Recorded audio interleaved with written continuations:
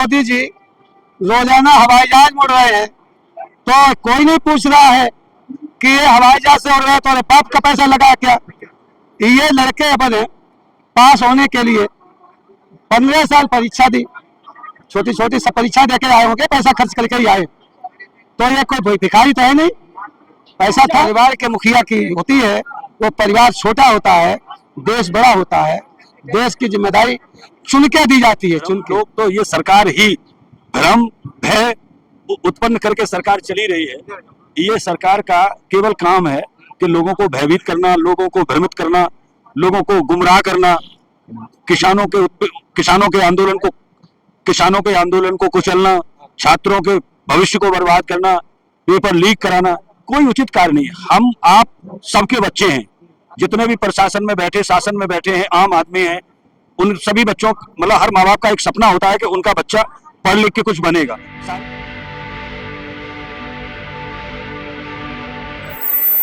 जो लोग कहते हैं कि जंतर मंतर और भीड़ नहीं है, आज संडे है तो मैं आज दिखाने की कोशिश करूँ कि कौन कहता है कि भीड़ नहीं है। जंतर मंतर में भी अभी भी देखो किस तरह से भीड़ अभी तक चारों तरफ आप देख सकते हैं, खचा खच भरा हुआ है। ये गुमराह करने वाली बात है कि यहाँ पर जंतर मंतर पे भीड़ नहीं है। मैं आज बात करूंगा कि आखिर ये कौन लोग हैं, क्यों भ्रम फैला रहे हैं कि यहाँ पर भीड़ नहीं है। ये सब देख सकते हो, ये इस तरह से लोग आ रहे हैं और जा रहे हैं। मैं कुछ लोगों से बात करूंगा, आखिर ये जो प्रोटेस्ट है 20 तारीख का जो इनका बड़ा प्रोटेस्ट होने जा रहा है, संसद का घेराव हो रहा है, वो घेराव अंतिम घेराव होगा कि इसके आगे भी चलेगा। मैं इससे जानकारी लेता हूँ। लगभग दिन के 3 बजे हैं और संडे है आज। पूरे जो मीडिया है वो कह रहे हैं कि यहाँ पर भीड़ नहीं है। आप कब आए हैं, आपको क्या भीड़ यहाँ दिख रही है? नहीं भीड़ दिख रही है? नहीं, बिल्कुल। मैं यहाँ पर 11 बजे आ गया था, तब से लगातार भीड़ दिख रही है। लोग चूंकि क्रम से खड़े नहीं है, कोई चल रहा है, कोई इधर खड़ा है, लेकिन भीड़ बहुत है। इधर देखो जी। तो मैं ये कह रहा हूँ कि आप कह रहे हो कि जितना लोग आ रहे हैं उतना लोग जा रहे हैं जी। तो ये भ्रम कौन लोग फैला रहे हैं कि यहाँ भीड़ ही नहीं आ रही? लोग तो ये सरकार ही भ्रम भय उत्पन्न करके सरकार चली रही है। ये सरकार का केवल काम है कि लोगों को भयभीत करना, लोगों को भ्रमित करना, लोगों को गुमराह करना, किसानों के आंदोलन को कुचलना, छात्रों के भविष्य को बर्बाद करना, पेपर लीक कराना कोई उचित कार्य नहीं है। हम आप सबके बच्चे हैं, जितने भी प्रशासन में बैठे, शासन में बैठे हैं, आम आदमी हैं, उन सभी बच्चों मतलब हर माँ बाप का एक सपना होता है कि उनका बच्चा पढ़ लिख के कुछ बनेगा। सारे रोजगार छीन लिए, साधन सब समाप्त कर दिए सरकार ने, और उसके बावजूद भी गार्जियन अपने बच्चों को पढ़ा रहा है, तैयारी करा रहा है, और लास्ट में आकर के पेपर लीक होता है, बच्चे आत्महत्या कर रहे हैं। इससे ज्यादा मतलब गिरी नैतिकता नहीं हो सकती। और मेरा मानना है कि ये आंदोलन पूरे समूचे 140 करोड़ आबादी के भविष्य का ये आंदोलन है। और निश्चित रूप से सरकार, क्या पहले नहीं पता, सरकार की मंशा तो किसान आंदोलन पे भी आपने देखी थी, इससे पहले और भी आंदोलन जो भी हुए हैं, हर आंदोलन को इन्होंने कुचलने का प्रयास किया। पूछना चाह रहा हूँ सर, यहाँ तो कितने आंदोलन आते हैं, कुछ दिन रहते हुए चले जाते हैं, क्या आपका इनका भविष्य आपको कैसे दिख रहा? क्या ये बच्चे कुछ कर पाएंगे कि ऐसे ये भी खाली हाथ चले जाएंगे? नहीं, बिल्कुल सरकार की मंशा को आम आदमी समझ चुका है, छात्र समझ चुका है। ये आंदोलन अभी उग्र रूप लेगा, और आपने देखा होगा कि सरकार यदि इन आंदोलनों से यदि जागरूक नहीं चेती तो पड़ोसी देशों में जो हुआ उसकी पुनरावृत्ति होना भी कोई बड़ी बात नहीं है। क्यों? हम तो ये मानते हैं कि सत्ता मद में सिंहासन के पांव बहकने लगते हैं, तब जनता के अंदर से अंगारे दहकने लगते हैं। तो ये अंगारों का असर है, ये आम आदमी के दर्द का है, पीड़ाओं का है। और उन बच्चों को जिन्होंने आत्महत्या की है, उन माँ बाप से उनके दर्द पूछिएगा, दर्द क्या होता है जिसका जवान बेटा और बेटी आत्महत्या करती है और सरकार के निकम्मेपन की वजह से आत्महत्या करती है। इससे ज्यादा दर्दनाक कोई दृश्य नहीं हो सकता। सर, आपके अपने बारे में बताएं, आपको क्यों आना हुआ यहाँ? तो आपको ऊपर आरोप लग रहा है कि आप लोगों क्या जो थे बच्चों का प्रोटेस्ट है। देखिए, मैं एक सामाजिक कार्यकर्ता हूं और राष्ट्रीय स्तर पर हम लोग काम करते हैं।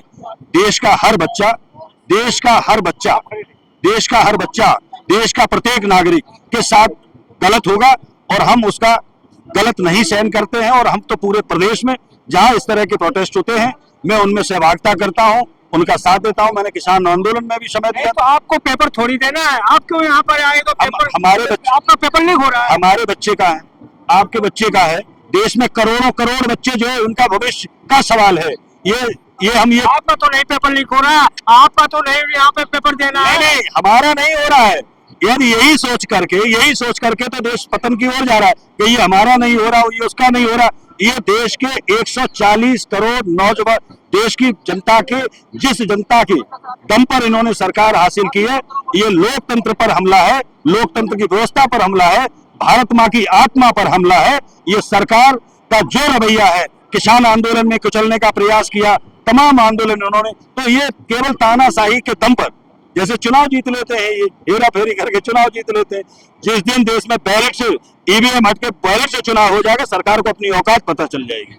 मैं ये कह रहा हूँ सर, आप लोग करा कि आप ईवीएम की बात कर रहे हो, लेकिन जब आप लोग ईवीएम से जीत जाते हैं तो ईवीएम सही हो जाता है, जब हार जाते हैं ईवीएम खराब ही निकलता है। उसमें पहले प्लान किया हुआ होता है कि हमने इस जगह पे कितनी सीटें लेनी है ताकि लोगों को डाउट ना हो, थोड़े से दूसरे भी जिता दिए, उनको फिर परचेज कर लिया।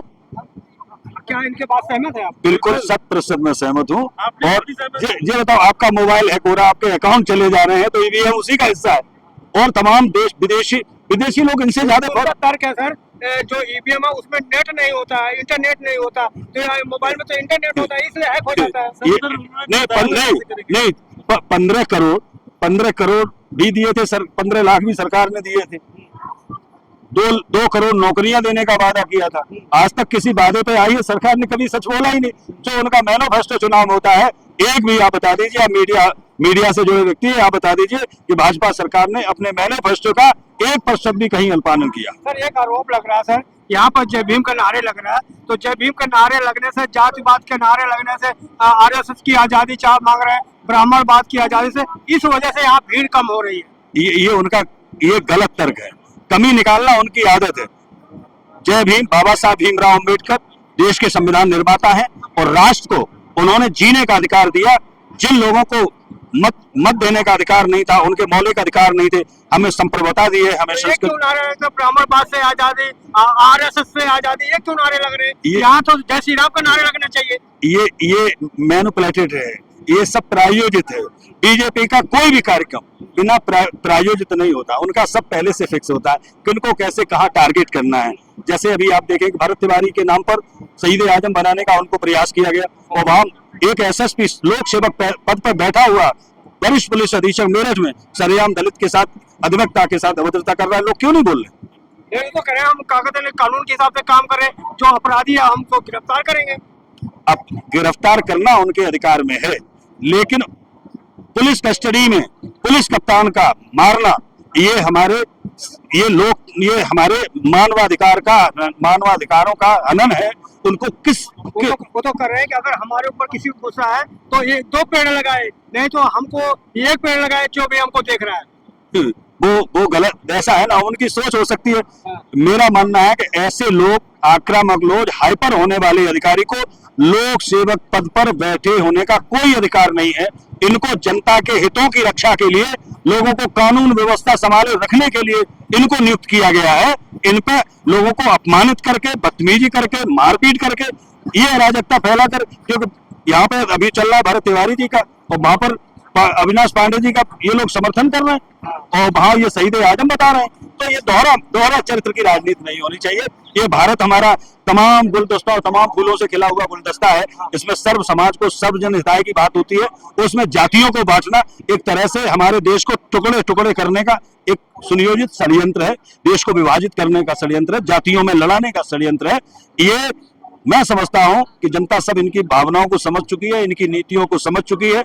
अब ज्यादा जनता गुमराह होने वाली है।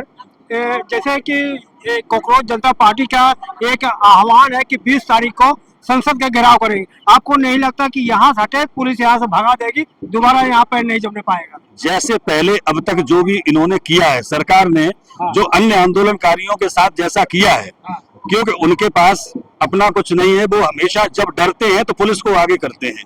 तो ये भी संभावनाएं हैं, मैं इससे नकार नहीं सकता। ऐसा सरकार कुछ भी कर सकती है। तो आपको संभावना है कि 20 तारीख अंतिम होगा इनका? भाई वो कुछ भी कर सकते हैं, सरकार चाहे क्या नहीं कर सकती। किसान सालों साल पड़े हुए, 800 लोग मर गए, उसमें सरकार की आंखें नहीं खुली, तो अब इनके लिए क्या है? जी यही करेगा। सर बाबूजी आपका परिचय बताएं, आप यहाँ आना क्यों हुआ आपको? मेरा नाम शादे सलीम मसीह है और वोटर पार्टी इंटरनेशनल के प्रदेश अध्यक्ष हैं। यहाँ आंदोलन चल रहा है और छात्र आंदोलन चला रहे हैं। जब कभी बच्चे कोई भी काम करते हैं, पास हो जाते हैं, तो पूरा परिवार खुश होता है। और यहाँ झगड़े फंस गए तो बाप घर थोड़ी बैठा रहेगा, वो भी लठ लेके आएगा बच्चों के लिए। तो जब ऐसी स्थिति है तो हम लोगों की जिम्मेदारी बनती है बच्चों को सपोर्ट में आप आए? तो सपोर्ट वाले मतलब हमने ये आपको पेपर देना, आपका पेपर लीक हो रहा है। अरे भाई यही बात तो चंद्रशेखर आजाद से पूछते कि भाई चंद्रशेखर आजाद देश आजाद करा रहे, तुम्हें क्या मिलेगा, उन्हें क्या मिलेगा। आज जो है भारत के प्रधानमंत्री कोई भी बन जाए, लेकिन अपने बाप की कुर्सी के ऊपर, अपनी कुर्सी के बगल में अपने बाप का फोटो नहीं लगा सकते हैं, चंद्रशेखर का ही लगाना पड़ेगा। ऐसे ही जो पढ़ लिख गए हैं उन्हें नौकरी करना है, नौकरी के लिए पढ़े हैं। अगर तुम्हारे यहाँ नौकरी करके पढ़ा करके नौकरी देने की गुंजाइश नहीं है तो क्यों पढ़ा रहे हो? बंद करो अपने स्कूल को। देखिए और यहाँ आरोप लग रहा है, ये बच्चों का इतना देर प्रोग्रेस चल रहा है, ये फंड कहाँ से आ रहा है, पैसा कहाँ से आ रहा है? हाँ, मतलब बच्चे खर्च कर रहे हैं तो फंड की बड़ी चिंता सता रही है। रोजाना हवाई जहाज उड़ रहे हैं तो कोई नहीं पूछ रहा है कि ये हवाई जहाज से उड़ रहे हैं तो अरे बाप का पैसा लगा क्या। ये लड़के अपने पास होने के लिए 15 साल परीक्षा दी, छोटी छोटी सब परीक्षा देके आए होंगे, पैसा खर्च करके ही आए। तो ये कोई भिखारी तो है नहीं, पैसा था। अच्छा बाबूजी मैं रोक रहा हूँ आपको। मैं कहा जा रहा है कि जो देश का मुखिया है उसको घर का मुखिया क्यों नहीं मान लेते आप? देश के मुखिया घर के मुखिया मतलब जो है देश का मुखिया घर का मुखिया। तो जैसे देश का प्रधानमंत्री सबकी पत्नी का पति क्यों नहीं हो जाता है? अगर प्रधानमंत्री सबकी भारत की पत्नियां हैं, हम बताएंगे। इसलिए ये जिम्मेदारी जो है परिवार के मुखिया की होती है। वो परिवार छोटा होता है, देश बड़ा होता है। देश की जिम्मेदारी चुन के दी जाती है, चुन के। कहा जा रहा है कि जैसे आपके घर में कोई चीज कमी है, नमक नहीं है, तेल नहीं है, क्या पड़ोसी से जाके ढिढोरा हमारे घर में नहीं है, तो इस तरह से आप सरकार का क्यों विरोध कर रहे हो? सरकार का विरोध, अब महंगाई नहीं है, बेरोजगारी है, ये सब क्यों रोना है? मतलब अगर जो टैक्स दे रहा है और उसके टैक्स का पैसा जब तुम जो है सो हवाई जहाज उड़ा रहे हो तो मालिक बोलेगा नहीं? मालिक तो कल डंडे लेके तो पीछे लगेगा और ठीक कर देगा। गौतम है जो तुम्हें वोट देके और कुर्सी तक पहुंचा सकता है, वो काले पकड़ के पटक के सड़क पर तुम्हें मार सकता है। अच्छे प्रधानमंत्री सुधर गए। यही संसद है और यही सरकारें नहीं। भारत की इंदिरा गांधी बहुत बड़ी तोप खा थी, लेकिन यही यहाँ फूलन देवी पार्लियामेंट के बगल में यही यहाँ पर क्या नहीं हो सकता है? नहीं है सर, आपके घर में नमक नहीं तो पड़ोसी से कहोगे मेरे घर में नमक नहीं है। अरे भाई जब घर में नमक नहीं है तो पड़ोसी से नहीं कहेंगे तो किससे कहेंगे? पड़ोसी से जा सकता है, क्या दिक्कत? अपने घर का बुराई बताओगे पड़ोसी को? अरे भाई जब तुम नहीं बताओगे तो दूसरा बताना चला जाएगा। बात तो जब कोई कमी घर में है, व्यवस्था आपको घर में करना है कि पड़ोसी आपको लाके देगा घर में नमक? झगड़े जब होते हैं तो पड़ोसी पूरा मजा लेता है, जब तुम मौका देते हो तो पड़ोसी मजा लेगा, क्या दिक्कत है? तो सरकार के क्यों कमियां ढूंढते हो? अपने घर पे व्यवस्था करो, रोजगार नहीं है, महंगाई है, सरकार को क्यों रोना? अरे फिर चुनाव क्यों लड़ने आते हो? बाहर में जाओ सब लोग, जाओ बाहर में सबके सब। चुनाव क्यों लड़ने आते हो? लोकतंत्र सिस्टम है ना, हम वोट देते हैं तब कुर्सी पे बैठे हो, तो तुमसे नहीं किससे कहेंगे? क्यों चुनाव लड़ने आए थे? अगर तुम्हें कुछ करने की है हिम्मत नहीं, बंद करो। सरकार को कर रही रोजगार नहीं तो लोन और रोजगार करो। लोन मतलब लोन बांटने की तुम्हारे पास फैक्ट्री लगी है? क्यों लोन दे रहे हो? कर्जा क्यों दे रहे हो? उसका हिस्सा क्यों नहीं दे रहे? रोजगार दे रहा है, रोजगार करो। प्रधानमंत्री क्यों नहीं रोजगार? सेल्फ डिपेंड बनाओ। प्रधानमंत्री क्यों नहीं रोजगार लेता है? 5 किलो गेहूं प्रधानमंत्री क्यों नहीं लेता है? 2 करोड़ रुपया क्यों तनख्वाह मारता है? मेक इन इंडिया में कितने रोजगार लगे हैं, पहले आप ये बताइए कि मेक इन इंडिया के तहत कितने लोगों को रोजगार दिया गया है? उसका आंकड़ा तो आप लोगों के पास होगा ना। मेक इन इंडिया सरकार का कहना है कि रोजगार का कमी नहीं, स्किल की कमी है। आपके पास आलस हो, आलसी हो, इसलिए आपको रोजगार नहीं दिखा। आज का समय आर्टिफिशियल इंटेलिजेंस का है। कितनी यूनिवर्सिटी सेटअप करी है भारत सरकार ने आर्टिफिशियल इंटेलिजेंस से रिलेटेड, जिसमें नए यूथ उसमें इनरोल होके अपने स्किल को इनहेंस कर सकें। बताइए कितने लोग हैं। आज भी वही पुरानी सड़ी व्यवस्था, बीए सब वही चीजें हो रही है जिसकी आज के टाइम में कोई वैल्यू नहीं है। आज उस पुरानी एजुकेशन की कोई वैल्यू नहीं रही। तो सरकार ने कितनी यूनिवर्सिटीज क्रिएट करी हैं आज के युवाओं को प्लेस करने के लिए, आप ये बताइए।